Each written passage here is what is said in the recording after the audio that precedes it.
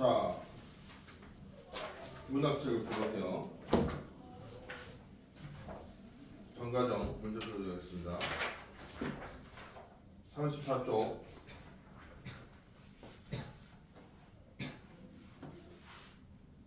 1번은 이거 엄청 같은데 2번입니다. 왜냐면 여기는 후렴구가 없죠. 고정관념인데 맞지? 그러니까 이 정가정 이 작품은 일반적인 고정관념하고 많이 다릅니다. 맞죠? 4번 형식적인 면에서 신라의 한 가지를 입고 있다. 맞잖아. 상가라고 했잖아. 맞는 거 찾은 것 같은데. 한가가 신라 거예요? 예. 한가는 신라 겁니다. 모를 수 있지. 그러니까 한가 신라 고정관념은 당연히 고정고. 2번 기역과 니은에 대해 설명. 이거는 1번입니다. 1번. 이거는 기역이 접동사고 니은이 자연수성이죠. 그러니까 기역은 화자가 자신의 결백을 토로하는 대상이다. 결백을 토로하는 것은 접동사는 그거니까 뭐냐면 감정이 대상이죠. 맞죠? 너도 나와 비슷해서 우는구나. 맞지? 비슷하구나. 감정이입이고 그러니까 그 2번에서요. 2번은 기억으로 미루어 맞죠. 감정이입의 대상이 뭐냐니까 그것을 미루어서 화자의 상황을 그러니까 감정이입은 화자의 정서나 상황을 직접 얘기하는 게 아니고 그 감정이입 이상으로 해서 간접적으로 표현하는 겁니다. 맞지? 그러니까 2번은 맞는 말이죠. 3번은 2번입니다. 이거는 맞죠. 어렵죠. 그러니까 이거는 뭐 밑에 있는 이런 시조가 처음 보는 게 많으니까. 그러니까 그걸 찾는 건 뭔지 알죠? 어떤 뭡니까? 결백을 호소하고 맞지? 상대방한테 억울함과 결백을 호소하는 걸 찾으면 되죠. 그러니까 그런 뭔가 그렇게 얘기하는 걸 찾으면 돼. 그래서 2번을 보면요. 벌써 내일 망명된 줄 나라 하여 모를손가. 그러니까 내가 한 일이 망명된다는 게 뭐겠습니까? 뭔가 어디 잘못됐다 이거죠. 맞죠? 망명되다. 그것을 나도 모를손가. 나도 안다 이거죠. 맞죠? 내가 한 일이 잘못된 것인 줄은 나도 안다. 이 마음이 어디기도. 이거 어디있다는 것은 어디섰기도 님을 위한 다시로세. 맞죠? 그러니까 님을 위해서 내가 그렇게 했다는 겁니다. 어디섰게도. 아무가 아무리 일러도 마지막에 되죠. 이미 헤아리소서 됐죠. 이거 뭐니까 임께서 헤아려보다 이거죠. 그러니까 이것도 뭐냐면 윤손조라는 요 사람이 이렇게 그 어떤 비슷한 어떤 상황입니다. 기왕을 와서 임금의 이미 임금이고 임금한테 다시 한번 생각을 해보시라고 얘기한 겁니다. 알겠죠? 4번은 뭐예요? 4번은 요것도 꽤 많이 나오는 시조 한번 보세요. 수양산을 받아. 이거는 사실 근데 이 시조를 알려면요 좀 이게 배경지식을 알아야 됩니다. 우선 성산문은 혹시 그거 압니까? 역사 중에서 세조 수양대군에 대한 역사적 사실 압니까? 수양대군이 이거니까 뭐냐면 그 수양대군이 있었는데 근데 수양대군이 있고 수양대군의 그 조카가 단종입니다. 단종이니까 왕이죠. 맞죠? 그러니까 이 단종은 그 앞에 왕이 갑자기 죽어서 아주 어린 나이에 왕이 됐어요. 아마 지금 나연이 나이 정도 될 겁니다.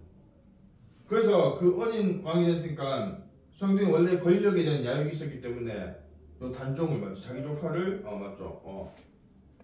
지금 쿠데타를 일으킨 거죠.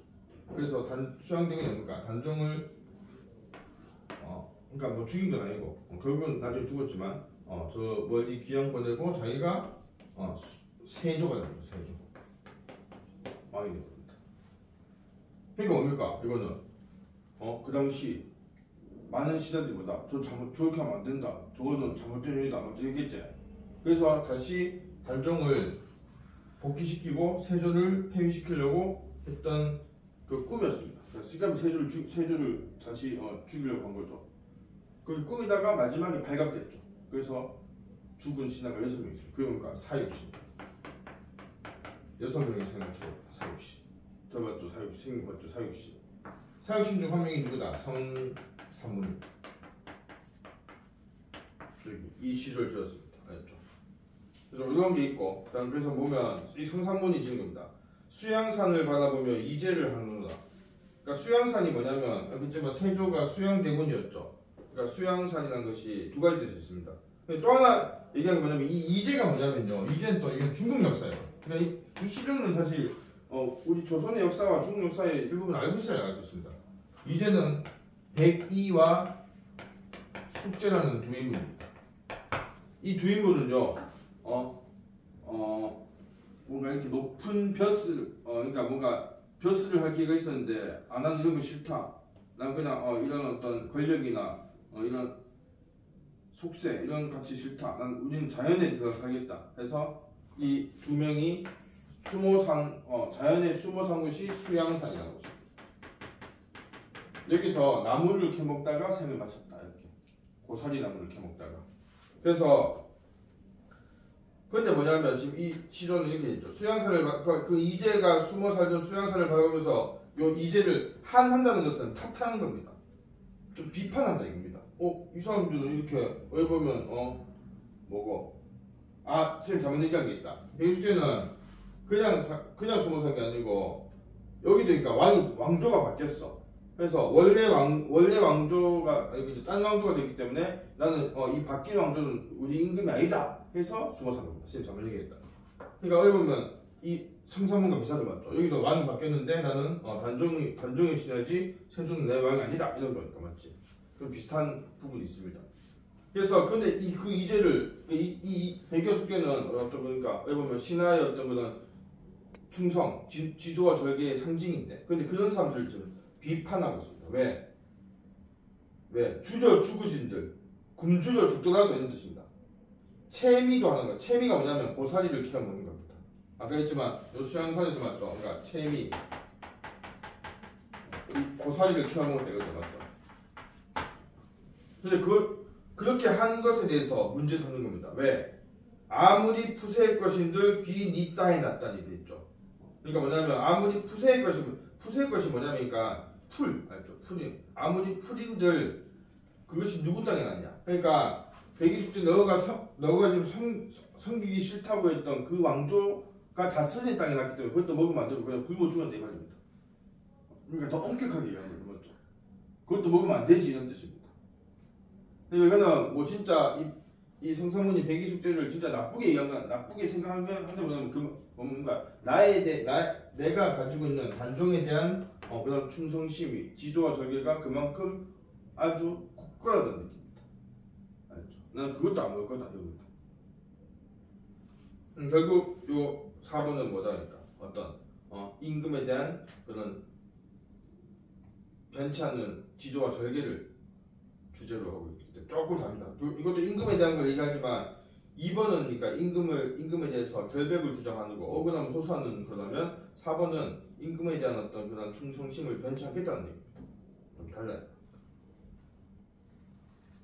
됐습니까? 요 나중에 수양산 이렇게 시한 거 만나면 이걸 좀 알고 있으면 좋습니다. 이 역사 사실 알고 있었습니까? 아예 몰랐나? 아니면 좀 어디서 주워 들었나? 이름만 들어봤어요. 단종 이런 거 맞죠? 세조, 단종, 수양대군. 어떻게 이거는 뭐 맞죠? 처음 들어봤겠죠? 백이숙제. 근데 근데 이 스토리 관련된 작품이 이렇게 많습니다. 시조 중에서.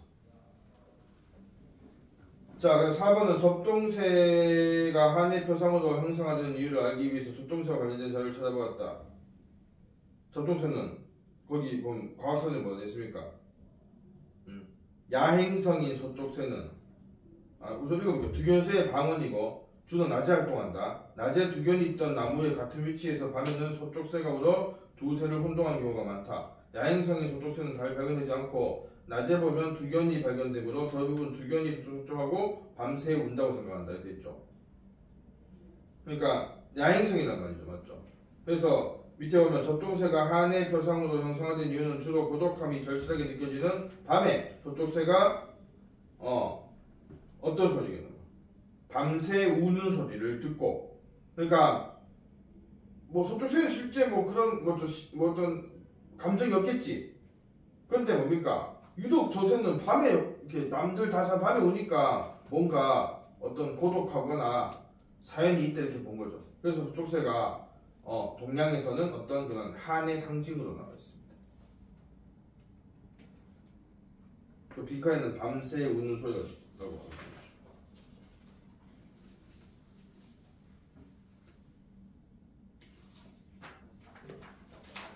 자, 박씨는 140쪽 가봅시다.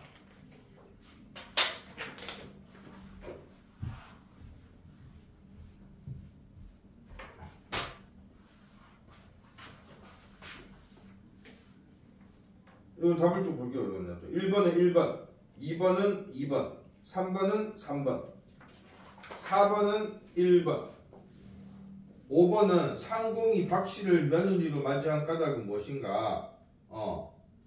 요거니까 뭐 썼습니까? 썼나? 박씨를 근데 이거는 여기 앞에 있다는데요. 그걸 적으면 돼요. 뭔데요? 무슨 박씨를 자신이 박대하면 더욱 천지강 버린 사람이 되어서. 그거 맞습니다. 그걸 쓰면 됩니다. 오케이. 6번 박씨를 신부로 맞이하는 과정에서 상공과 그 밖의 식구들은 각각 중시하고 있는 건 무엇인가? 상공은 박씨의 무엇을? 내면적 요소 맞죠? 다른 식구들은 박씨의 외모 혹은 외면적 요소라고 되겠죠. 7번은 3번, 8번은 2번, 9번 4번입니다. 10번 4번, 11번은 이거는 우선은 그 당시 그러니까 맞죠? 이렇게 여성이 주인공으로 활동하면 여성 독자들을 확보할 수 있겠죠. 더 많지. 더 많이 여성 독자층을 더 확보할 수 있고 또 뭡니까? 남성 중심의 당대 남성 중심 사회를 비판하는 효과가 있겠죠. 그거 맞죠.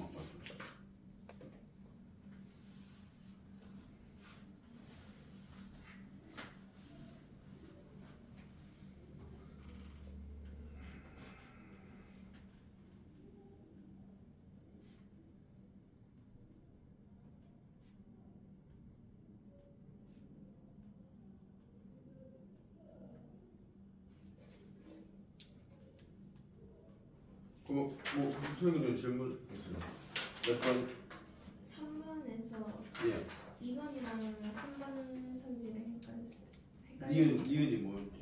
자, 니은은 이거는 그러니까 박씨의 맞죠? 그 외모를 묘사한 거죠. 못생긴 외모를 맞지?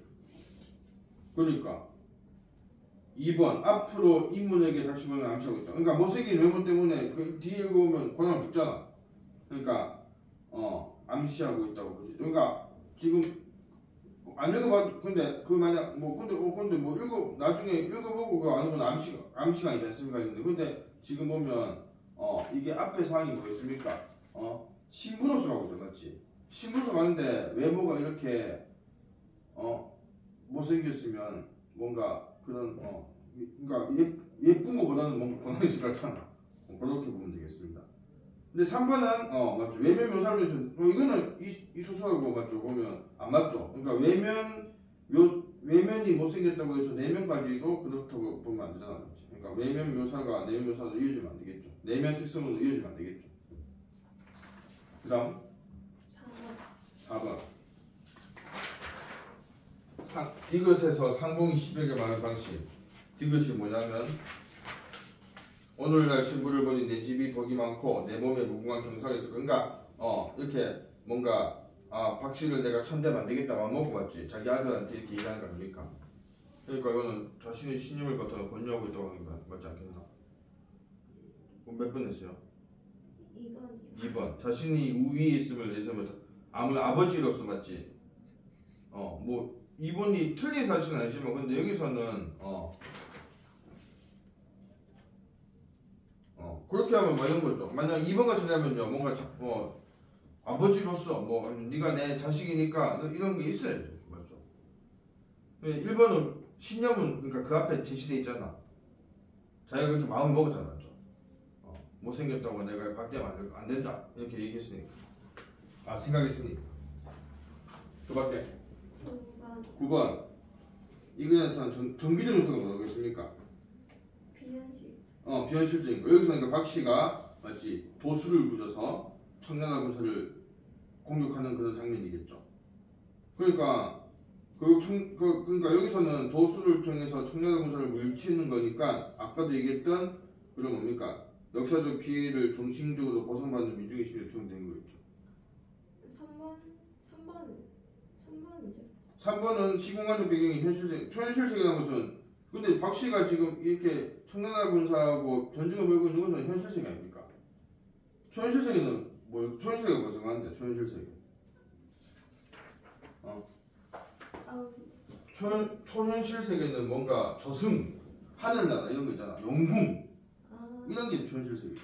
고도수를 따지면 알죠. 현실 세계에서 도수를 부는 거죠. 좋습니까? 자, 그러면 이제 오늘 별 작품은 35쪽 가보세요. 오늘 또 고조가요입니다. 아마 오늘 마지막일 겁니다. 고조가요 중에서 정석가라는 작품이고요. 자, 이것도 고조가요고 저번 주에 배웠던 정가전하고 정석가 맞죠? 제목이 정답이니까 완전 다릅니다. 이거는 그러니까 정가전이 좀 얘기했지만 고조가요인데도 조금 특이한 경우고. 요 정석가는 다시 또 뭡니까? 작자 미상인 맞죠? 미녀적인 성격이 강한 고조가요로서 분연체 또 뭡니까? 요것도 역시 그 훈연구가 있습니다. 바로 한번 볼게요. 이거 본문부터 봅시다. 자. 제목이 정석가죠. 정석가고 그러니까 정이 뭐냐면 이게 정자가 위에 뭐 한자도 있지만 이게 정자가 이게 징을 의미하는 정자는 징이라는 징 알죠? 이렇게 그러니까 정은 악기입니다. 악기고 석은 도지죠. 맞죠? 이게 정석이 뭐냐면 제일 첫 번째 이 고조가요도 보면요 제일 첫 번째 연은요 서사입니다. 기억납니까? 동동 기억나? 동동도 보면 서사 부분이 있었죠. 동동이 1월부터 10월까지 있었는데 제일 앞에 1월 앞에 보면 한 개 더 있었잖아. 맞지? 여기도 보면 1년은 서사의 기능을 합니다. 그래서 여기는 나머지 2연부터 하고 좀 달라요. 그래서 이렇게 시작하겠죠. 딩아 도나 되죠. 맞죠? 이 딩이 뭐냐면 징입니다. 징. 옛날에는 그러니까 지읒을 디귿으로 많이 발음했어요. 이게 구기음화가 안 된 건데. 그래서 딩아 도나 당금의 개샤이다. 이거는 그러니까 저번처럼 이렇게 좀 이렇게 어려운 부분 많이 현대화 다른 부분을 이렇게 해석한 걸 선생님 적을게 알겠죠? 딩아 도나니까 이거는 징이요, 돌이요, 지금의 개쇼입니다.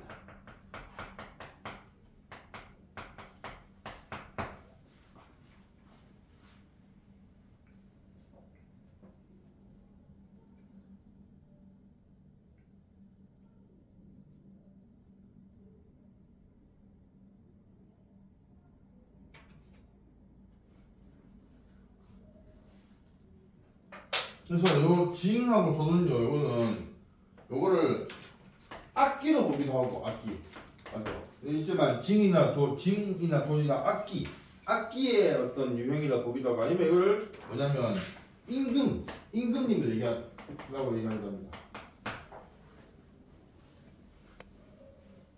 그러니까 임금님이 여기 계신다 한 다음에 뭡니까? 그 다음에 반복되고 있죠. 맞죠? 이행은 맞지? 이행과 똑같죠? 그 다음 뭡니까?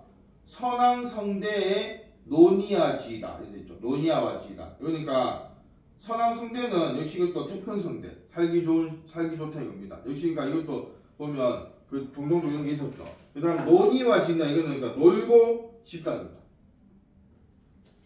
그러니까 역시 뭐냐면 태평성대를 그러니까 서사 부분은요. 그래서 서사 해놓고 서사 부분은 요거는 태평성대를 소망하는 겁니다.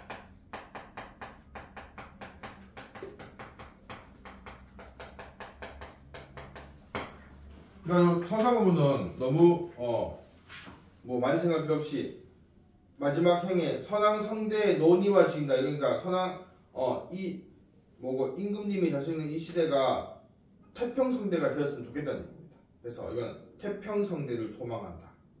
이것도 역시 여기 있지만 고려가요가 맞지? 궁궐에서 궁중에 쓰였죠. 어디 있노? 그래서 그렇게 태평성대를 소망하는 그런 그러니까 역시 임금님 앞에서 부르는 노래이기 때문에 이런 가사를 넣었다고 보면 됩니다.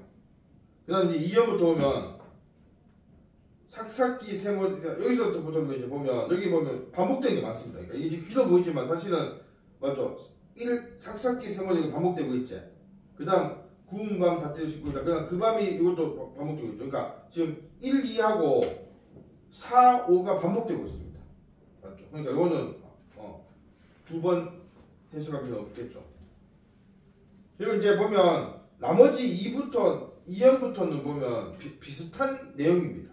그러니까 지금 뭐 이렇게 어려워 보이지만 딱 중심만 잡으면 쉽게 할 수 있다. 쉽게 하면 이겁니다. 뭐냐면 우선 이렇게 그 구조를 잡죠. 2연부터 여기까지 이런 이야기 구조입니다. 이야기 구조가 그러니까 말하는 게 어떻게 하냐면 처음에 불가능한 상황을 알죠. 가정합니다. 불가능한 상황을 우선 가정. 그 다음 뭡니까? 이것이 이루어지면 이것이 만약 진짜 실현되면 인과 이별하겠다고 합니다.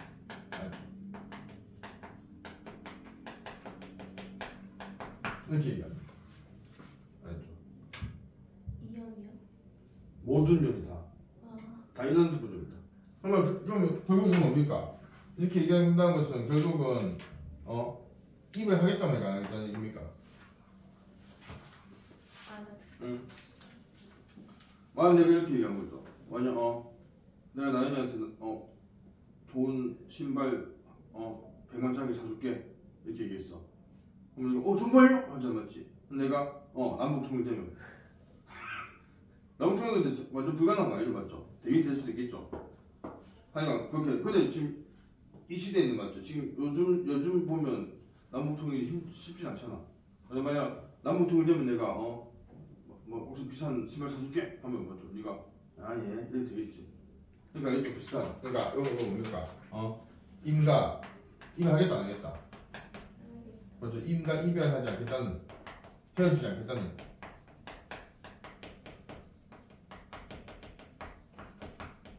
강한 소망과 의지를 표현했어.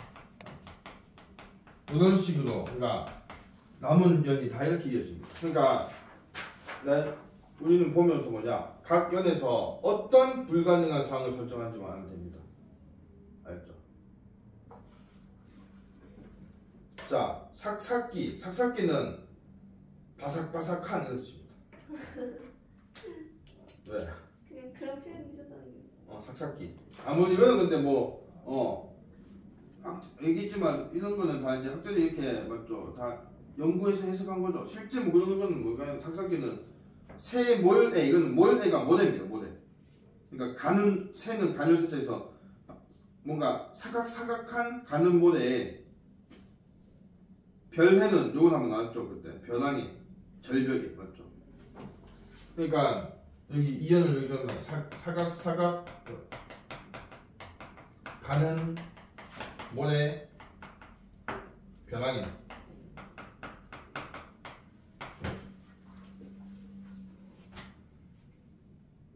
그다음 나는 이거는 여음입니다. 여음 기억나죠? 고려가요 여음 맞죠? 여음은 중간중간에 이렇게 뜻이 없는 맞죠? 음악적인 어떤 기능을 하는 그런 시어다. 구운 밤 닷대를 신고 이건 맞죠? 이거 말 그대로입니다. 구운 밤 군밤 알죠? 군밤 뭐 한 번씩 먹죠? 군밤 좋아하나? 네. 맞죠? 군밤 닷대는 이제 이거는 부피의 단위입니다. 닷대 한 대, 두 대. 그걸 심고이다 심는다 이거죠. 어디에? 모래 벼랑에 군밤을 심었어요. 그 다음에 어디에 있노? 한번 읽어보세요. 그 밤이 우미 돋아 상나고시. 이게 무슨 말이겠노? 조금만 네가 한번 상상해봐요. 상상해. 그러니까 이게 지금 현재로 그 밤이 아니죠. 그 밤이 그 심었던 밤이 우미도다가 뭐냐? 우미도다 상나거시와 무슨 말겠노? 상나거시와가 뭐야? 상나거시와 싹이 났다는 겁니다. 맞아요. 그 밤에 우미도 뭐냐니까 싹 비싼 거죠. 이렇게 뭐 싹 나기 전에 그 우미 돋아서 싹이 나면 그다음 뭡니까? 유독하신 님을 여희와지이다. 이게 뭐냐면 유독하신 그러니까 덕이 있으신 님을 여희와지다가 뭐냐면 이별하고 싶다 이겁니다. 알겠죠? 이 유독하신 님을 여희와지다 이게 뭐냐면 이 작품의 후렴구예요. 맞죠? 그러니까 다시 얘기하면 모래의 변화기 모래에 맞죠? 사실 모래 그냥 밤 심어도 안 되지. 근데 구운 밤을 심어서 그 밤에서 싹이 나면 당신과 이별하겠습니다. 이 말입니다. 그러니까 이별하기 싫다 이거죠. 그러니까 요 정석가 후렴구는 이제까지 후렴구 보면 거의 다 뜻이 없었죠. 근데 이거는 뜻이 있습니다. 매우 중요한 맞죠. 화자의 어떤 그러니까 여기 보면 이 작품의 어떤 주제를 얘기하고 있죠. 당신과 헤어지지 않겠다. 그러니까 불가능한 상황 다시 얘기하면 그러니까 구운 밤을 맞죠. 모래밭에 구운 밤을 심는다. 그러니까 이거는 역설법을 쓰고 있죠. 뭐냐면 그러니까 모순이죠. 구운 밤을 모래에 심으면 안 되죠. 맞죠. 아마 인과 이별하겠다는 건 진짜 이별하고 싶다는 게 아니죠. 이건 뭐 반어법이죠. 이 작품은 기본적으로 역설법과 반어법을 쓰고 있다는 겁니다. 역설법은 뭐였습니까? 모순. 두 시어가 모순인 거. 반어법은 뭐다? 원래 화자의 실제 의도와 반대로 얘기하는 거죠. 자, 이제 계속 이런 식입니다. 또 어떤 불가능한 상황을 맞죠? 군밤을 모델 심는 것도 참 재밌지? 그 다음은 보세요. 계속 이런 식 옥으로 연꽃을 사교이다. 이거 뭐냐면 연꽃 알죠? 연꽃 맞죠? 연꽃 피잖아. 그걸 뭘로 만드냐? 옥으로 연꽃을 사교에다가 뭐냐면 새긴다는 얘기입니다. 알죠? 그러니까 실제 식물 연꽃이 아니고 옥으로 연꽃을 새기는 겁니다. 옥 알죠? 옥 이렇게 뭐 겨자는 무슨 색깔이고? 푸른색 맞죠? 그러니까 돌인데 조금 값비싼 값어치 있는 돌 아닙니까? 거기에 연꽃을 새기는 거예요. 무늬 맞죠? 조각하는 거죠. 그다음 그 옥으로 새긴 연꽃을 바위 위에 접두하여이다. 바위는 바위입니다. 돌 바위. 바위 위에 접두는 접을 붙이는 얘기거든요. 그러니까 접 붙이는 게 뭐냐면 이겁니다. 사실은 막 이렇게 막 그런 거 있잖아. 뭐 이렇게 나뭇가지 같은 거 배나무 가지 같은 거 사과나무 딱 꽂으면 맞죠? 이게 그게 잘 꽂으면 그게 다 피어납니다. 그게 접 붙이는 겁니다. 그러니까 이것도 그러니까 옥으로 새긴 연꽃을 바위에 심는다 이 말입니다. 그러면 맞죠? 거기에 꽃이 날 리가 없겠지. 왜냐면 진짜 실제 연꽃이 아니잖아. 근데 뭡니까? 그 밑에 보면 그 꽃이 삼동이 피것이와 이 삼동은 요거는 새묶음, 새송이 알겠죠? 새송이가 피어나면 역시 뭡니까? 유독하신 님과 여리하시다. 알죠? 이런 식입니다. 옥으로 새긴 연꽃을 옥으로 만든 연꽃을 바위에 심어서 연꽃이 피면 당신과 헤어지겠다. 맞죠? 역시 안 되지. 그다음 또 뭐가 나오겠노? 무쇠로 털릭을 나나는 여음입니다. 무쇠는 무쇠, 무쇠. 털릭은 요거는 쉽게 하면 갑옷입니다. 그건 저거죠. 갑옷. 그러니까 무쇠로 쇠로 갑옷을 만들었대 말이죠. 만들어서 그 다음 뭡니까? 철사로 주름을 받고 있다. 또 뭡니까? 뭐고? 그러니까 그 군복 그 갑옷의 재료는 무쇠고 또 옷을 이렇게 바느질 때 실은 뭡니까? 철사인 겁니다. 완전히 가면 튼튼하겠지. 근데 그 다음 뭐 해줍니까? 그 옷이 다 헐어시와 무슨 말이겠노? 그 옷이 다 헐. 그 옷이 다 그러니까 철로 만들고 철사로 맞죠? 이게 바느질한 옷이 헐겠나? 안 헐겠죠. 근데 그 옷이 다 헐어야. 사실 뭐 이런 맞죠? 천으로 만든 것도 잘 안 헐진 않잖아. 근데 그 옷이 다 헐어야 당신과 헤어지겠다. 이게 세 번째. 이제 4연이고 5연이 제일 오연도 보면 아주 황당합니다. 또 무쇠제. 무쇠로 이번 또 뭐 한 쇼를 뒤어다가 무쇠로 뭐 만들었다는 얘기입니까? 한 쇼가 뭔데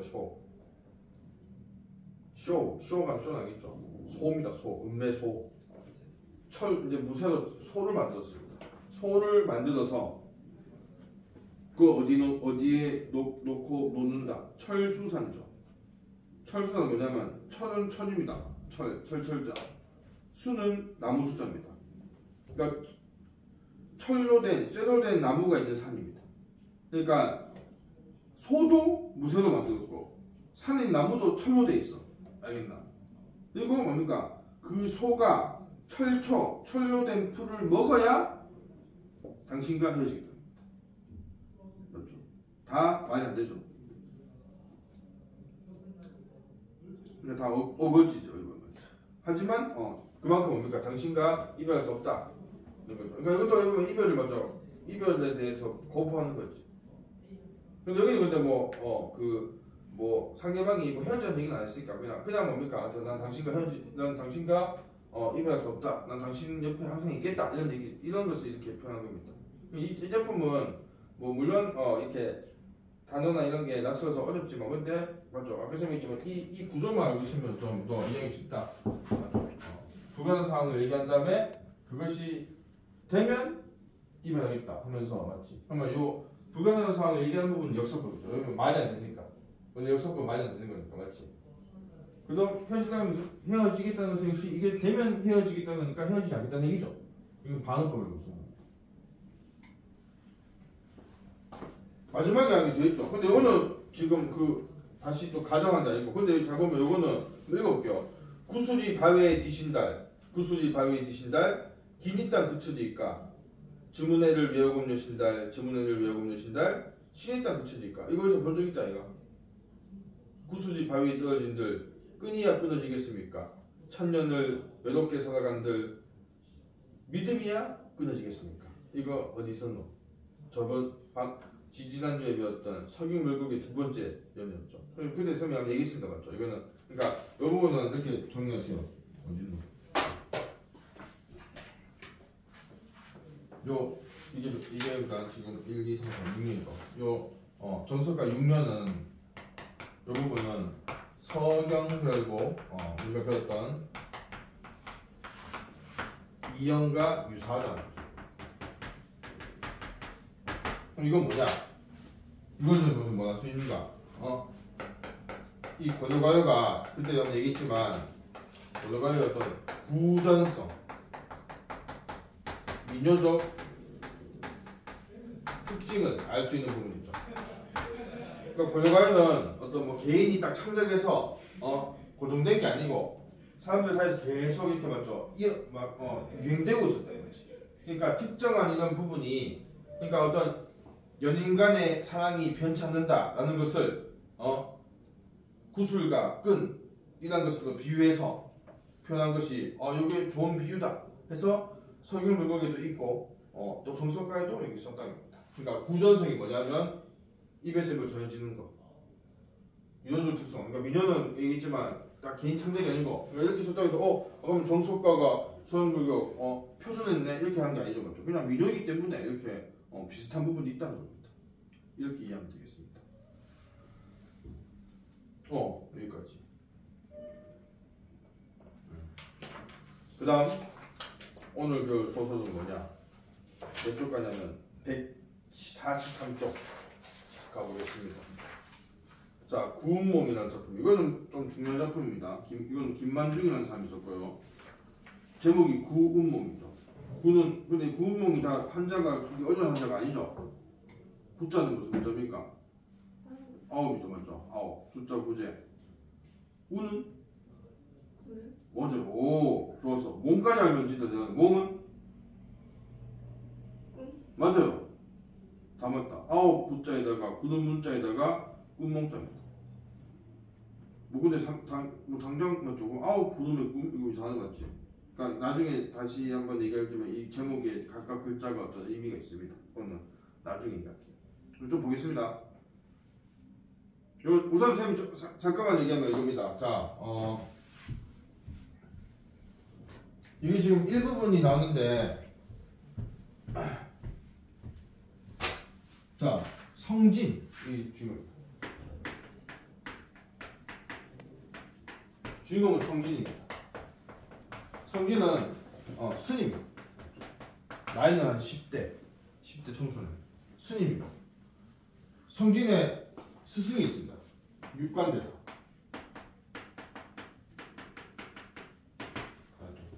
육관대사는 매우 불법이 높은, 저 인도에서 왔어요. 인도에서 와서 이렇게 불법을 사람들한테 이렇게 맞죠? 전달 가르친. 근데 매우 아주 높은 아주 능력이 뛰어난 스님이기 때문에 심지어 누가 이 그러니까 수업이라고 합시다. 이 수업을 들었나? 용왕이 옵니다. 용왕. 그러니까 지금 우선은 이 지금 아까 현실적 초현실적 있죠. 지금 이 성진이 사는 여기는 현실적 세계가 아닙니다. 초현실적 세계예요. 그래서 막 용왕이 막 이 육관대사의 수업을 들어옵니다. 그러니까 용왕이 오니까 육관대사도 고맙겠죠.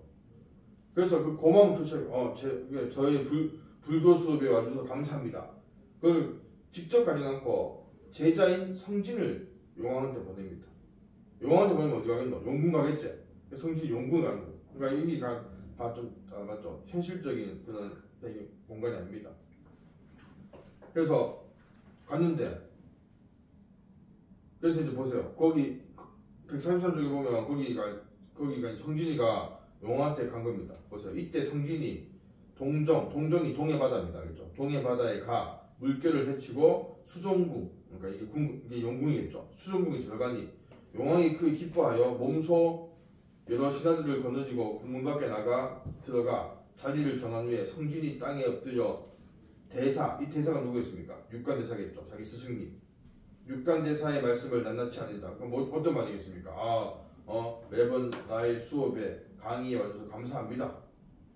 제자를 보내서 감사의 말을 전하는 게 했겠지. 하니까 용왕이 공경하여 사례하고 잔치를 크게 베풀어 성진을 대접할 때 신선의 과일과 채소는 인간 해상 음식 같지 않았다.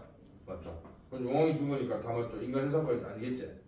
용왕이 잔을 들어 성진에게 삼배를 권하여 말하였다. 이 술이 좋지는 않으나 인간 세상의 술과는 다르니 과인은 이제 용왕을 그냥 자기 자신의 원래 이렇게 임금이나 왕이 맞죠. 자기 자신을 얘기할 때 과인은 이렇게 하지 맞죠. 들어봤죠. 과인의 권한적을 생각한다. 뭐합니까? 그러니까 원래 성진은 스님은 술 먹으면 되나 안 되나? 안 되죠. 스님이 못하는 게 몇 개 있죠. 술 먹으면 안 되고 또 뭐 있노? 네가 아는 거 있나? 고기도 맞지. 왜 고기 못 먹습니까? 살생하면 안 되니까 맞지. 고기는 모두 다 살생의 결과 아닙니까? 죽어야 되는 거 아닙니까? 맞지. 그러니까 그걸 먹으면 안 된다는 거죠. 또 스님은 응? 삭발을 해야 된다고. 무조건 탈모. 그것도 그건 이제 뭐냐면 그것도 뭡니다. 그러니까 뭘 강조한 또 뭐냐면 속세와 이런 끊기 위해 그는 하나의 상징력을 짓고 스님도 모든 기술도 있을 거야. 뭐 찾아보면 그것도 있죠. 결혼하면 안 되죠. 혼인을 하면 안 되죠. 맞죠? 왜냐면 이는 맞죠. 그러니까 이제 불도를 구하기 위해서 속세와 인을 끊어야 되기 때문에 가족을 만들면 안 되겠죠. 그러니까 남자 스님이 여자 스님이 남자를 가까이 하면 되겠죠. 그런 것도 있습니다. 그래서 지금 술을 가잖아. 용왕이 맞지. 그러니까 성진이 뭐합니까? 술은 사람의 정신을 해치는 것이다. 불가해서 크게 경계하니 감히 먹지 못하겠습니다. 이렇게 거절하지. 그러니까 근데 용왕이 뭡니까? 계속 거절하지. 이건 뭐 어떻게 안타 이렇게 하니까 뭡니까? 성진이 감히 사양치 못해서 세 잔 먹었습니다. 석잔을 먹었다. 그러니까 술 용왕께 하직하고 용왕 궁궐 나왔어요. 나왔고 수궁에서 떠나 연화봉은 이제 원래 육관대사하고 성진이 사는 곳입니다. 연화봉 하겠죠? 연화봉을 행하였다. 연화사 아래 당도하니 취기가 크게 취했습니다. 맞죠? 술 안 먹다가 뭐 취했지. 술 취했어. 갑자기 생각하여 말했다. 사부께서 만일 나의 취한 얼굴을 보면 반드시 무거운 벌을 내리실 것이다. 하고 가사를 벗어 머리 위에 넣고 손으로 맑은 물을 쥐어 얼굴 씻는다. 그러니까 얼굴 맞죠? 얼굴이 붉으니까 막 이렇게 물로 맞죠? 씻는 겁니다. 근데 문득 기이한 향내가 바람결에 진동하니 마음이 자연 호탕하였다. 나중에 무슨 향기가 나는 겁니다. 그래서 나다가 넘어갑니다. 성진이 이상하게 여기 말했다. 이 향내는 예사로운 초록의 향기가 아니다. 이 산 중에 무슨 기이한 것이 있는가 하니까 길을 찾아가는 무엇인가. 이때 8선녀가 8명의 선녀가 있는 겁니다. 맞죠? 큰일 났지? 8선녀가 돌다리 위에 앉아 있었다. 성진이 6한장을 놓고 합장을 제배가 말했다. 모든 보살님은 잠깐 소승의 말씀을 들어주십시오. 천승은 연화도량 육간대사의 제자로서, 그러니까 자기 소개하죠. 난 육간대사의 제자로서 사부 명을 받아 영궁에 갔다 오는데 이 좁은 다리 위에, 지금 8선녀가 돌다리 위에 있지. 다리 위에 모든 보살님, 그러니까 보살님은 8선녀 얘기합니다. 그러니까 원래 스님들이 이렇게 일반인 보고 보살님 하죠. 보살님이 앉아 계시니 천승이 갈 길이 없어 부탁합니다. 길을 그건 뭡니까? 내 지금 그 가야 되는데 당신들 다 앉아서 당신들 이렇게 길 막하고 있어서 못 가겠다. 좀 비켜줘 이거죠. 그 얘기가 뭐야? 하니까 뭐다? 팔선녀가 한번 읽어보세요. 좀 살짝 나이 잠온 것 같은데 읽으면서 잠깐 띄워보세요. 팔선녀의 말 대답 시작. 어딘지 아나? 길을 빌려주십시오 했잖아 맞지? 네. 그 다음 뒤에 첩들은 남학 위부인의 시녀. 자 그럼 여기서 이 팔순이니까 남학 위부인이라는 사람들이 시녀입니다. 위부인도 뭔가 좀 시냐면 신선 같은 존재 알겠죠? 시녀인데 계속 읽어보세요. 부인의 명을 받아 연화 도량 육관 대사께 무난하고 돌아오는 길에 이 다리 위에 잠깐 그러니까 이 사람들도 뭡니까? 사실은 육관 대사들 보고 온 겁니다. 맞죠? 무난하고 온 겁니다. 위부인의 명을 받아서 오케이 계속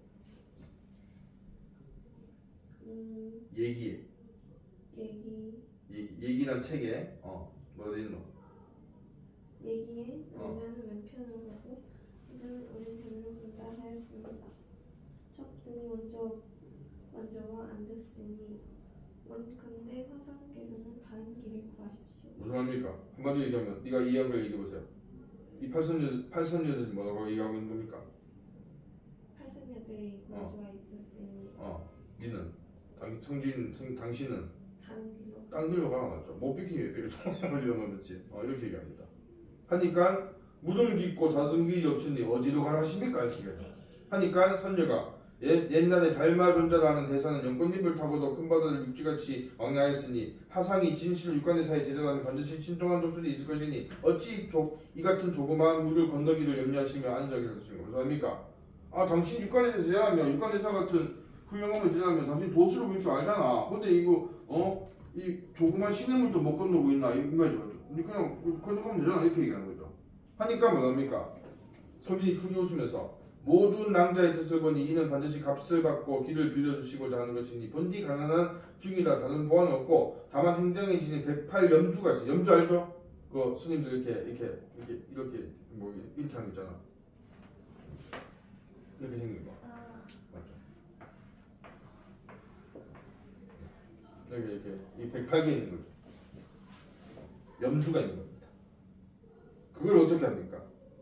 있으니 빌건대 이것으로 값을 드리겠습니다. 염주를 주네. 그러니까 지금 이렇게 말했죠. 그러니까 이 통행료를 당하는 이거 같은데 이 염주를 드리겠습니다. 이렇게 하는 거죠. 하고 목에 염주를 벗어서 손을 만지더니 복숭아꽃 한 가지를 던지거늘 팔선녀가 그 꽃을 구경하니 꽃이 변하여 내 쌍이 구슬이 되어 그 빛이 땅에 가득하고 상서로운 기운은 하늘에 사무치니 항해 청지에 진화한다. 무슨 말입니까? 이거 성진이가 뭐 한 거죠? 지금 복숭아 꽃잎을 구슬로 만든 겁니다. 알겠죠? 내 쌍의 구슬로. 내 쌍이 8개 맞지? 이게 뭐 한 겁니까? 지금 성진이가 팔선녀한테 뭐 한 겁니까?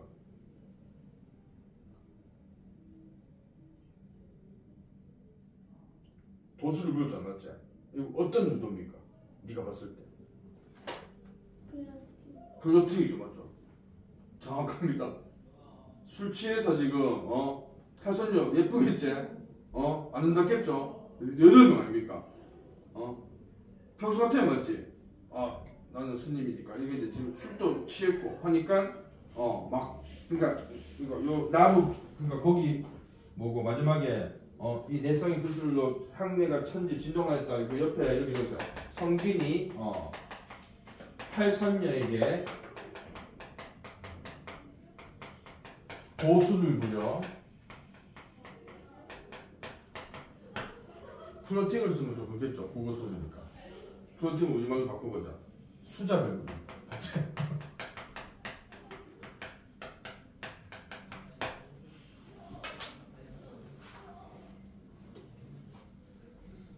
자, 그러니까 지금 술도 마셨고, 맞죠? 팔선녀를 실용했죠?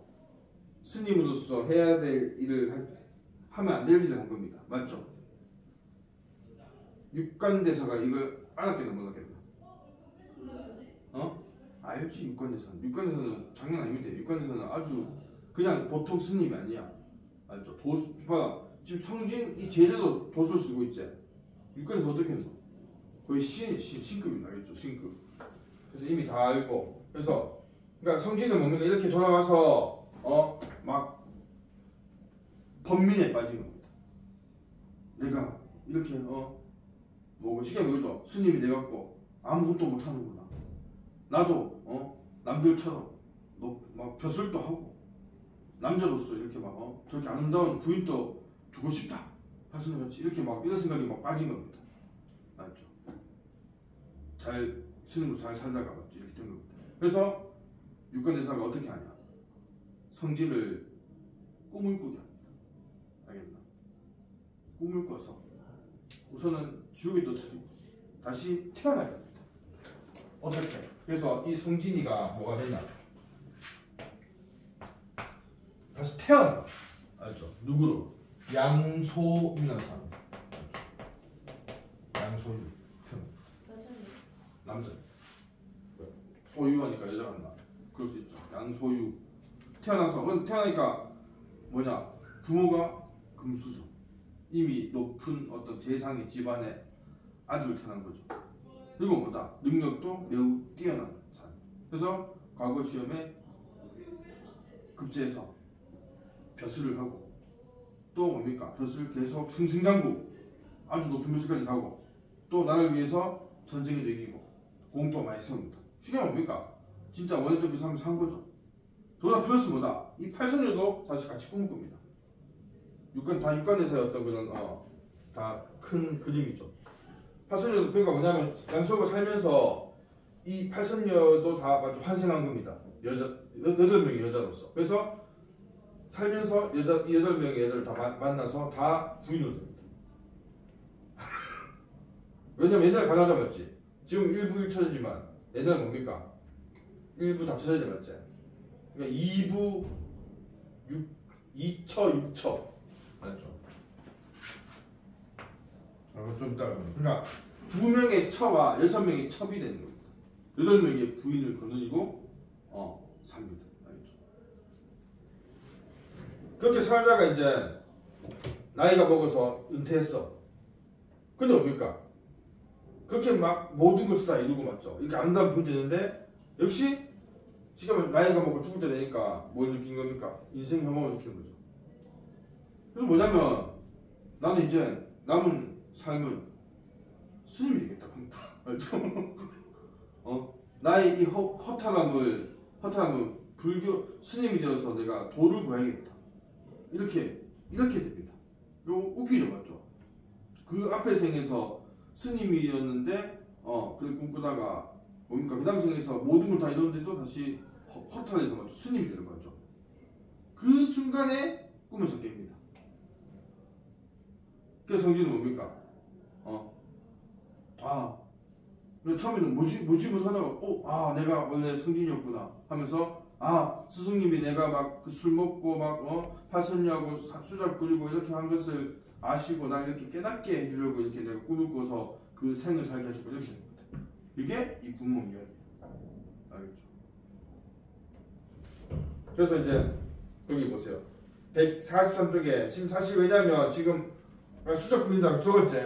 그 밑에 그러니까 사실은 거기 보면 그게 다 생략된 겁니다. 그래서 거기 표시해놓으셔야죠. 진동하였다고 대사, 소리와 문대 사이는 완전히 아주 많은 이야기가 있는 겁니다. 알죠? 중량이라고 해서 중량. 그러니까 진동하였다 옆에는 아니면 그 사이에 중략 이렇게 적어주세요. 그러니까 방금 쌤이 얘기했던 성진이 꿈을 꾸고 양소희의 삶을 산 것이 그 생략된 부분입니다. 그러니까 대사가 뭐랍니까? 성진아, 인간 부귀를 지내니 과연 어떠한 은혜를 가져라. 뭐랍니까? 네가 그렇게 원하던 부귀함을 다 겪어보니까 어떠냐? 이렇게 하죠. 하니까 성진이 뭐랍니까? 눈물을 흘리면서 얘기하죠. 성진이는 이미 깨달았나이다. 제자가 불초하여 염려를 그늘먹어 죄를 지으니 마땅히 인세에 윤회할 것이오늘 사부가 자비하사 하룻밤 꿈으로 제자의 마음을 깨닫게 하시니 사부의 은혜를 천만급이라도 갚기 어렵다. 이렇게 얘기했죠. 무슨 말 얘기했죠? 그러니까 저를 위해서 이렇게 꿈을 꿔서 깨닫게 해주셨군요. 감사합니다. 이렇게 하니까 육관에서 뭐 합니까? 144줄 가보세요. 대사가 얘기하되 네가 승응하여 갔다가 흥진하여 돌아왔으니 내 무슨 간해함이 있으리요. 간해한 건 뭐냐면 간섭, 개입입니다. 그렇죠? 니또 이르되 인세 윤할 것을 꿈을 꾸다 하니 이는 인세와 꿈을 다르다. 인세가 뭐냐면 인간 세상이죠. 인세와 꿈을 다르다 함이니 네가 오히려 꿈을 채 깨지 못하였도다. 장주가 꿈에 나비 되었다가 나비가 장주되니 어느 것이 거짓 것이요 어느 것이 진실 것인지를 분별치 못하나니 이제 어제 성진과 소유가 어느 것이 진지 꿈이요 언니가 어느 것입니다. 꿈이 아니뇨. 이게 무슨 말이냐면 이겁니다. 아직 니는 뭐냐면 지금 성경에 이렇게 있죠. 제가 꿈을 꿔서 거기서 이 세상을 이 어떤 인간 세상을 살았다는데 니는 아직도 꿈과 실제 삶을 구별하고 있다. 그 구별하는 건 아직 덜 깨닫다는 얘기입니다. 구별하면 안 된다. 그러니까 거기 방금 그 육관에서의 말 마지막에 꿈이 아니뇨 했죠, 맞죠? 그 옆에 적으면 됩니다. 적으세요. 이건 만약 이건 뭐냐? 꿈과 현실을 맞죠? 구분하는 마음에서부터 벗어난 데 말입니다.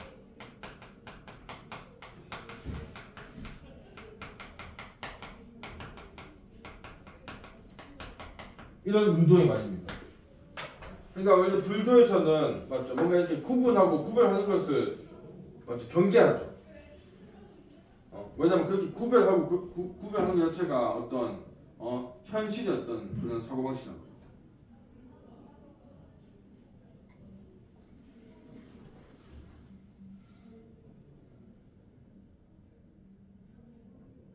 그 밑에 보면요 이제 다 끝나갑니다. 여기 끝나면 이제 쉴 수 있다. 팔선녀도 와 있습니다. 맞지? 팔선녀 밑에 보면 선녀 8인이 사부와 육관사를 보고자 합니다. 대사가 거기 선녀 8인 있죠. 그 밑에 보세요. 대사가 들어오라 하니 팔선녀 대사 앞에 나와 합장 보도가 하되 제자 등이 비록 위분이 모셨으나 실로 배운 일이 없어 세속 종력을 잊지 못하더니 사실 먼저 팔선녀가 뭡니까? 사실은 아까 여기서 돌다니 위에서 뭡니까? 성경한테 수작 건 거죠. 서로 플러팅한 거지 맞지? 왜냐면 비켜주면 될 거 아닙니까? 근데 뭐가 저희는 못 비켜주겠는데 맞지? 이것도 플러팅 아닙니까? 그러니까 팔선녀들도 그런 죄를 지었다 이거죠. 그래서 뭔가 팔선녀도 꿈을 꾼 겁니다, 같이. 아까 얘기했지만. 그래서 위부인께 하직하고 불문에, 그러니까 위부인 쪽은 조금 신선교 계통인데 거기 하직하고 우리도 불교를 배우기 위해 왔다 이거죠. 여러분 구운몽 이 소설은 뭡니까? 불교 홍보 소설입니다. 불교가 짱이다. 그래서 사부는 나중대 가르침을 받은 아이다. 그러니까 저희 위부인한테 이별을 구하고 여기 왔습니다. 저희를 가르쳐주세요. 이렇게 얘기하는 겁니다. 하니까 육관에서 뭐라 합니까? 뜻이 비록 아름다우나 불법이 깊고 머니 큰 역량과 큰 발언이 아니면 능히 이루지 못하니 선녀는 모dom이 스스로 해야라. 안 맞죠? 맞죠? 스스로 해라. 스스로 생각해보라는 얘기입니다. 그러니까 팔선녀가 물러나서 낫이 뭡니까? 낫 얼굴이지 맞지? 낫 위에 연지군을 씻어버리고 무슨 말이고? 화장을 줬대 그죠? 화장 지우고 각각 소매로서 금전도를 꺼내서 그러니까 옛날 여자는 그러니까 은장도 같은 거 있지? 꺼내서 뭡니까? 아까 네가 했던 삭발합니다. 그러니까 이제 그러니까 육관대사가 처음 안 받아주니까 뭡니까? 화장 다 지우고 머리 다 깎고 다시 갔어. 봐주나 안 봐주겠나? 응? 머리 깎고 다시 들어서 제자 등이 이미 얼굴은 변하였으니 맹서하여 사부 교령을 태만치 아니하리이다. 그러니까 이렇게 저희 머리 깎고 이제 화장 주고 저희 이제 정신 새롭게 뭐 새롭게 했습니다. 해갖고 뭡니까? 그러니까 뭡니까? 선제나 선제. 이 선제가 뭐냐면요 매우 좋다는 얘기입니다. 그렇죠? 적으세요. 선제 밑에 매우 좋구나. 머리 깎으니까 아 이제 자세가 됐다. 정신 자세가 됐다면서 받아줍니다. 알겠죠? 그래서 법자에 올라서 뭐 경문을 강요한다. 다시 이제 불법을 맞죠? 강요하는 겁니다. 밑에는 뭐 일체 유의법, 여모 화풍령, 여도 이게 뭐냐면 거기 이게 시옷이 문제죠. 잠깐만요.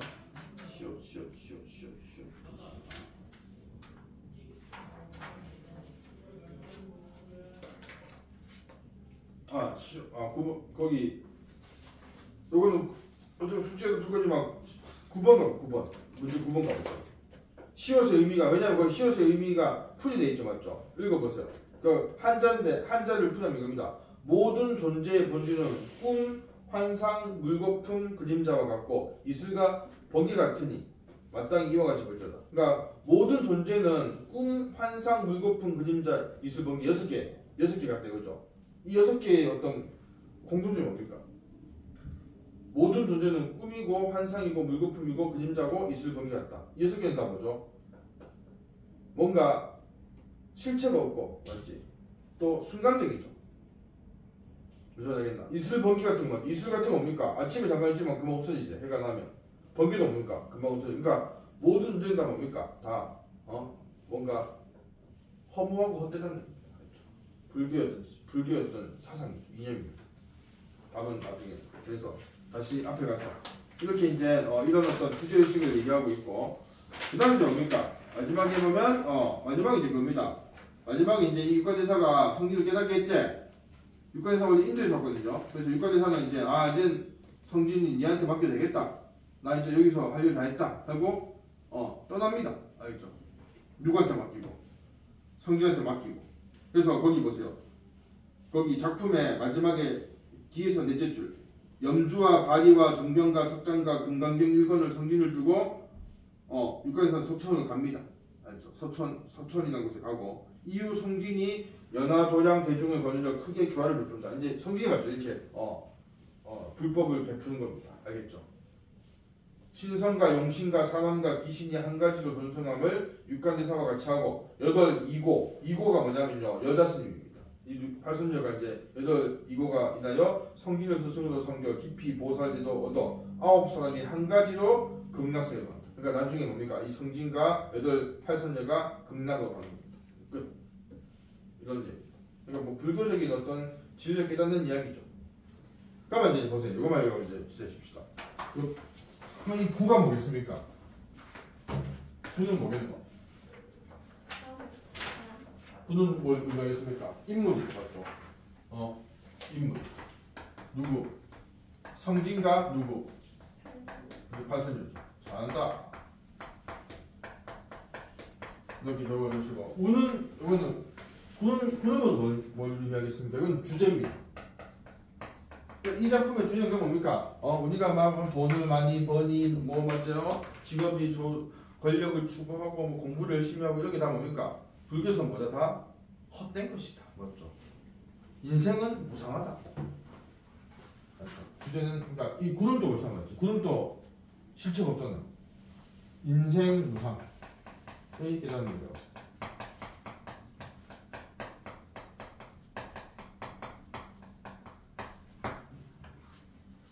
몽은 뭐 있습니까? 몽은 꿈을 했잖아, 맞지? 그러니까 이 성진이가 깨달음을 얻는 게 뭡니까? 꿈을 통해서 얻잖아요, 맞죠? 그 꿈. 그래서 이거는 이제 이야기 구성이죠. 환몽구죠.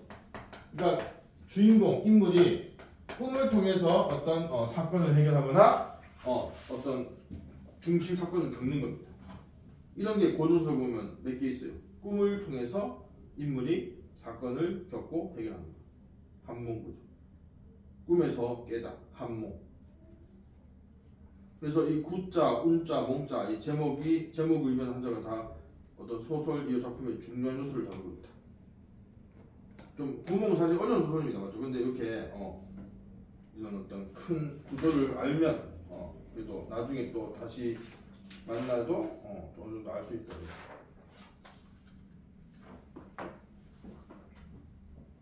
좀 쉬면 되겠죠 이제. 쉬고 싶지. 수고했습니다.